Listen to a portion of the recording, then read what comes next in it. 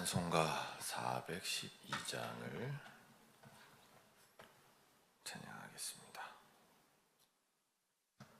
찬송가 412장 조금 볼륨을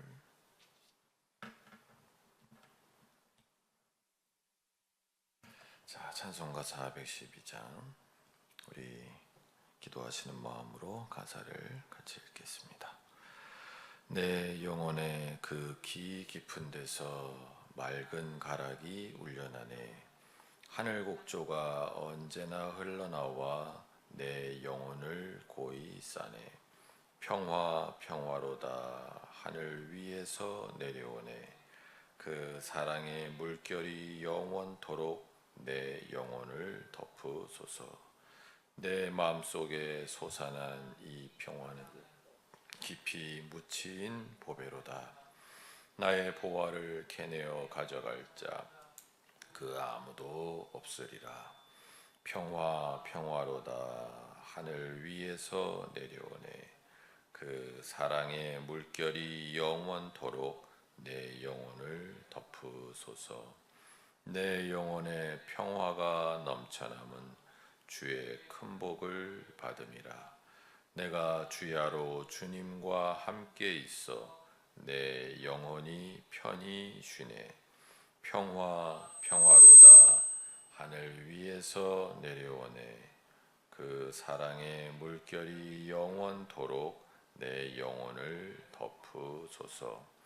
이 땅 위에 험한 길 가는 동안 참된 평화가 어디 있나.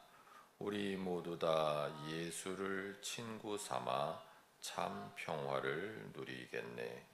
평화로다 하늘 위에서 내려오네.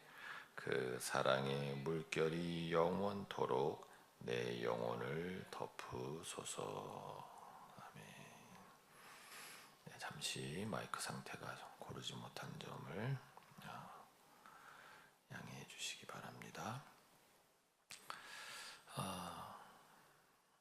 우리 삶에서 우리의 마음 저 깊은 곳에서부터 주님 주시는 그 평화가 흘러날 수 있음은 주님의 은총이 아니고는 불가능합니다. 더군다나 요즘처럼 정치적인 위기, 경제적인 위기, 사회적인 위기의 시대에서는 더더군다나 그렇습니다. 오늘 저와 여러분 모두에게 하늘 위에서 내려주시는 그 모든 평화가, 또 특별히 여러 가지 이유로 고통 가운데 있는 우리의 이웃들 위에 그 하늘의 평화가 임하시기를 주님의 이름으로 축원합니다. 기도드리겠습니다. 주님, 오늘 우리에게 생명을 주심을 감사합니다. 그리고 우리에게는 진정 평화가 필요합니다. 주님, 너무나도 어지럽고 또 자신의 이익만을 앞세우는 지도자들이 많은 이 세상, 그들 때문에 수많은 이들이 피를 흘리고 재산상에서도 큰 손해를 보고 삶의 큰 위기를 경험하며 살아가는 이 시기입니다. 하늘에서 평화를 내려주시기를 간절히 소망합니다. 내려주시는 평화를 받기 위해 우리가 무엇을 해야 할지 깨달을 수 있기를 원합니다.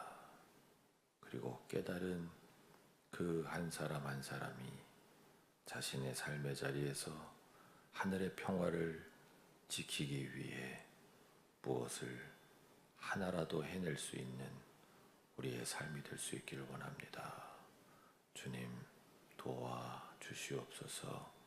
오늘도 하루의 첫 시작을, 그리고 우리의 일상을, 그리고 하루의 마감을 주님과 함께 하고자 주의 말씀을 붙듭니다. 주의 말씀에 사로잡혀 하루를 살아가는 우리 삶의 가장 큰 에너지가 주의 말씀이 되게 하시고 우리의 삶의 근본이 주의 말씀이 되게 하여 주시옵소서. 오늘도 그 은총을 기대하오며 우리 주 예수 그리스도의 이름으로 기도합니다. 아멘.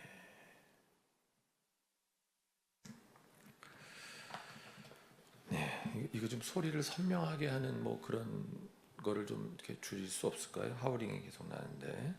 자, 여호수아서 오늘 우리에게 주신 하나님의 말씀은 여호수아서 제20장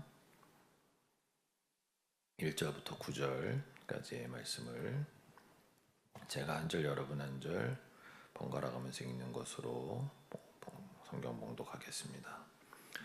주님께서 여호수아에게 말씀하셨다. 너는 이스라엘 자손에게 이렇게 일러라. 내가 모세를 시켜 너희에게 말한 도피성을 지정하여 고의가 아니라 실수로 사람을 죽인 사람을 그곳으로 피하게 하여라. 그곳은 죽은 사람에 대한 복수를 하려는 사람을 피하는 곳이 될 것이다.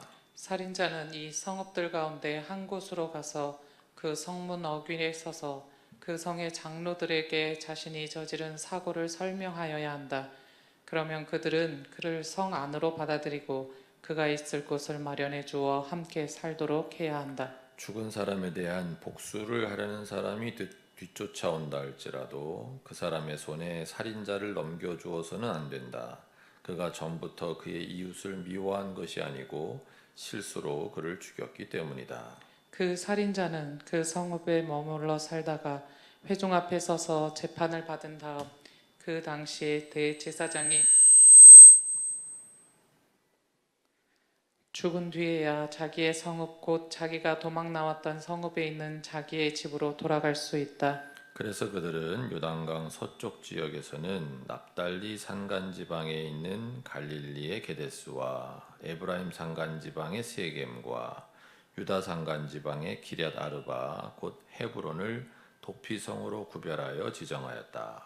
또 여리고 동쪽 요단강 동쪽 지역에서는 르우벤 지파의 평지 광야에 있는 베셀과 갓 지파의 길랏 라못과 므낫세 지파의 바산 골란을 도피성으로 구별하여 지정하였다. 이 성읍들이 이스라엘의 모든 자손이나 그들 가운데 살고 있는 외국인 가운데서 누구든지 실수로 사람을 죽였을 때에 그곳으로 피하여 회중 앞에 설 때까지 죽은 사람에 대한 복수를 하려는 사람의 손에 죽지 않도록 하려고 구별하여 지정한 도피성이다. 아멘.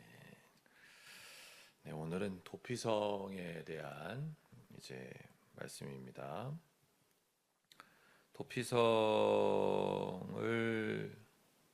만드신 그러니까 실수로 사람을 죽였을 때 고의가 아니라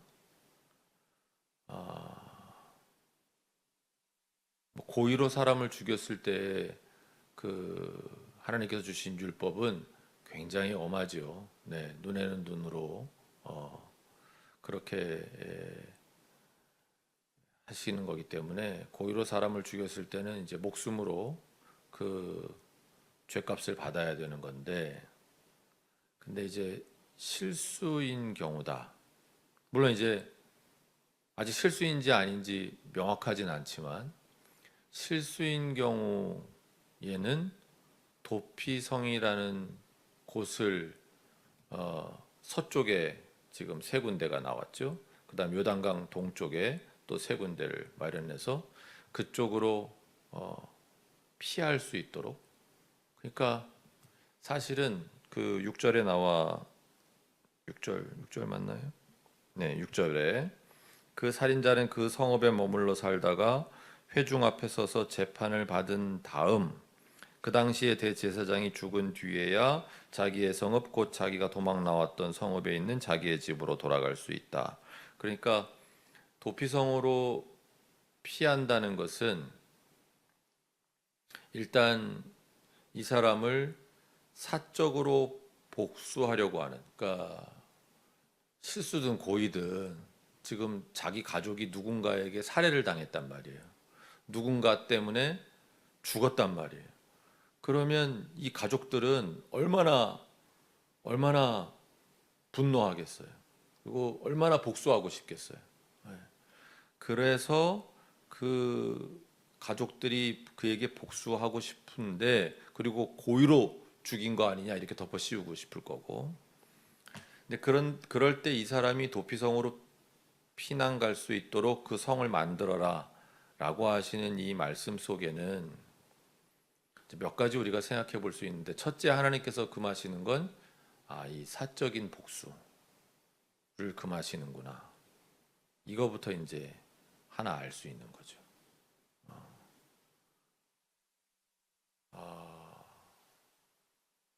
제가 이렇게 이만큼 살다 보니까 복수하고 싶은 일들이.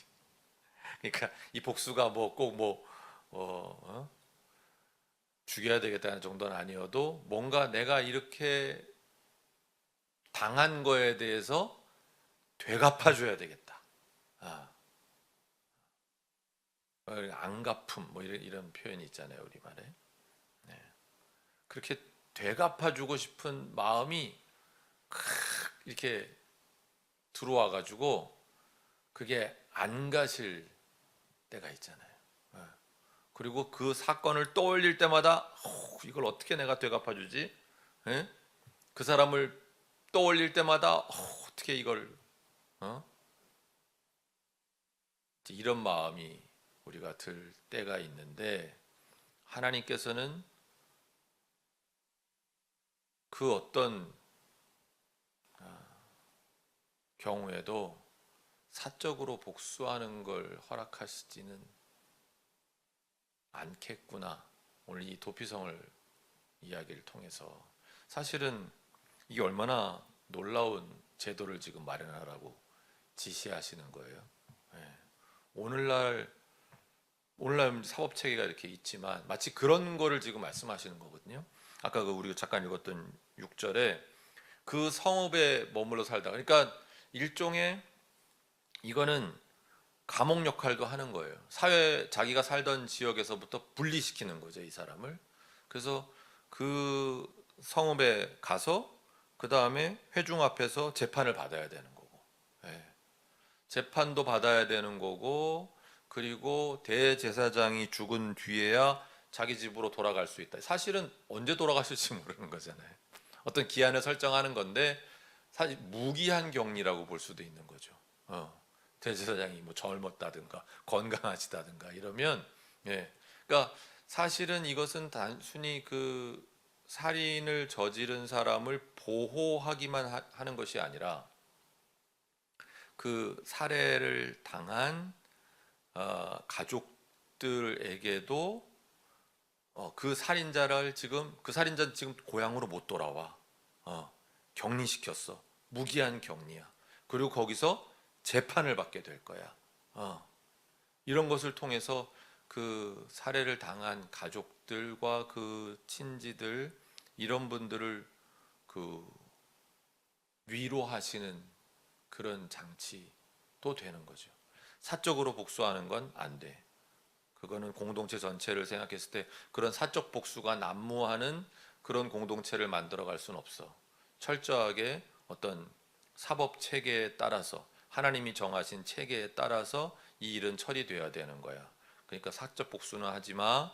그리고 법이 작동하고 있어. 그 사람은 격리되어 있어. 그 격리는 뭐 기한을 알 수 없는 격리야. 이런 것들을 통해서 양쪽을 다 보호하고 계시는 거죠. 실수로 이런 살인을 저지른 사람의 생명도 보호하시고, 그러나 그가 도피성에서 죄값을 치를 수 있도록 하시는 거고, 예. 어쨌든 고의가 아니었어도 살인은 큰 죄니까, 예. 그 죄값을 치르게 하시는 거고, 그리고 남아있는 피해자 가족의 고통도 그런 법적인 절차가 이루어지는 것을 통해 서서히 해소해 나아가실 수 있도록 해가는 그런, 마치 오늘날의 사법 체계 이상의, 예, 하나님의 지혜를 보여주시는 대목이다 싶습니다. 사실 이 도피성을 만들어 놓고 사는 사람들, 거기 이제 주로 레위 지파들의 성읍이라고 오늘 각주에 나와 있잖아요. 그러니까 그 성에 살던 사람들은 그리로 피신한 사람들을 맞아들이고 함께 살아가야 되는 그런 또 이제 책임이 따르잖아요. 그러니까 이건 또 사회적인 비용도 발생하는 거고 범죄자와 함께 살아야 되는 일이고 이건 놀라운 일인 거죠. 그것을 감당한다는 것 자체가요. 그래서 오늘 본문 교재 해설해 보시면 거룩한 사명감이 필요한 일이다라는 표현이 있잖아요. 그런 거죠. 거룩한 사명감. 누구도 싫을 거 아니에요. 그런 사람하고 같이 산다는 것 자체가. 네. 그를 공동체의 일원으로 받아들인다는 것 자체가. 그래서 오늘 본문을 우리가 보면서 도피성 이야기를 읽으면서 첫째는 우리도 이제 이렇게 되갚아주는 주고 싶은 마음, 안갚음의 마음 그런 것이 일어날 때가 있는데 그럴 때 우리가 어떻게 해야 될까? 우리가 사실 일본하고도 가까워지기 어려운 게 또 북한하고도 가까워지기 어려운 게 그때 피해를 입으신 피해자의 가족들이기도 하잖아요, 우리가. 그러니까 이 용서가 안 되는 거거든요. 예? 일본 놈들이 용서가 안 되고, 예, 북한이 용서가 안 되고 이런 건데. 근데 이제 이게 뭐 용서를 지난번에도 말씀드렸지만 강요할 수는 없지만 거기에 사로잡혀 있는 한 우리가 우리의 현재를 과거가 발목 잡게 하는 여기서부터 한 걸음도 나아갈 수 없는 건 사실이다. 미래를 향해 나아갈 수 없는 거죠. 모든 일이 다 그런 것 같아요. 이스라엘과 지금 팔레스타인도 그런 거잖아요. 서로가 서로를 죽고 죽이는 가운데서 다 양쪽에 피해자 가족들이 있잖아요. 그러니까 철천지 원수고 어떻게든지 상대를 아주 그냥 싹 없애버려야 이 일이 끝날 것 같은. 그런데 그 과정 속에서 계속 피해자는 더 많이 나오고 피해자의 가족들은 더 많이 늘어나고 그러니까 이 원한은 더 골이 깊어지고 이런 악순환이 계속 있는 거죠. 이스라엘과 모든 아랍 국가들 사이에서도. 그러니까 우리가 이스라엘과 아랍 국가들 그 팔레스타인의 관계를 이렇게 보면서는 아유 좀 이제는 그만 마치 도피성으로 보내셨던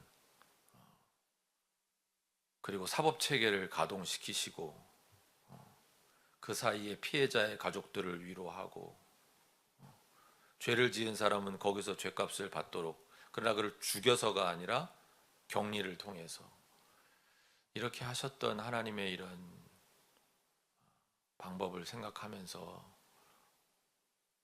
이스라엘과 팔레스타인도 좀 그랬으면 좋겠다 이렇게 우리가 생각은 하는데 남의 일이라고 우리가 그렇게 생각하고 정작 우리 일인 북한과의 관계, 일본과의 관계, 중국과의 관계 이런 데서는 또 한없이 우리는 그 분노에 사로잡혀 있는 그런 우리들의 모습 또 한번 봐야 되지 않나. 이제는 더 이상 과거에 발목 잡히기보다 새로운 미래를 향해 오늘의 현재를 만들어갈 그런 길은 없을까? 우리가 오늘 평화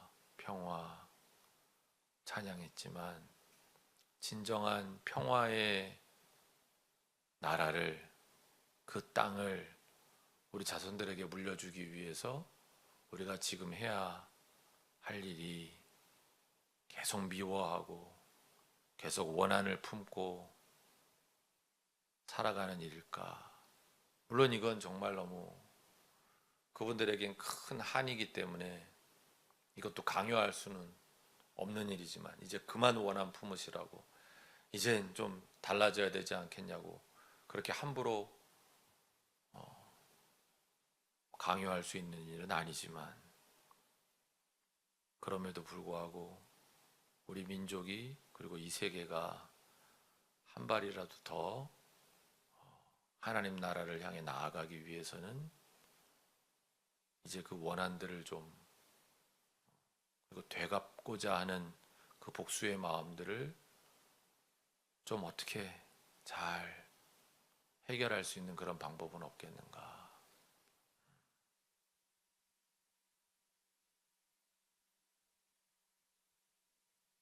그렇습니다. 네. 저는 그 태극기랑 송족이 같이 들고 광화문 나가시고 막 이렇게 하셨던 분들, 그들을 이용해서 자기 사적인 이익을 취하려는 사람들은 제가 너무너무 밉지만, 사실 그분들의 마음은 그런 거죠. 우리 가족이 피해자였다. 그러니 나는 너무 북한이 밉고 미국은 너무 고맙고, 미국도 자기 이익을 위해서 했다는 거 알지만 그래도 나는 미국이 주는 거 먹고 살았다. 그래서 미국이 고맙다. 고맙죠. 그런데 이제 그 마음이 그렇게 대결을 치닫는, 대결로 우리를 몰아가는, 그것이 과연 지금 우리의 민족의 미래를 어디로 끌고 갈까? 뭐 이런 거에 대한 고민을 우리가 해야 될 시점이 아닌가 싶어서, 오늘 도피성을 마련하라고 하신 주님의 말씀을 읽으면서 이런저런 일들을 좀 묵상하게 됩니다. 우리가 피해를 입은 거에 대해서 너무 마음이 아프고 너무 속상하고 또 너무 괴롭고, 그럼에도 불구하고 그것이 과거의 일이라면 과거가 나의 현재를 해하지 못하도록, 해치지 못하고 망치지 못하도록 그 과거의 문제를 잘 해결하고 해소할 수 있는, 오늘 하나님께서 우리 모두에게 그런 은총을 베풀어 주시기를 주님의 이름으로 축원합니다. 기도하시면서 오늘 주신 말씀들 잘 묵상하시고, 또 오늘 하루도 주님의 인도하심 가운데 복된 하루 되시기를 주님의 이름으로 축원합니다.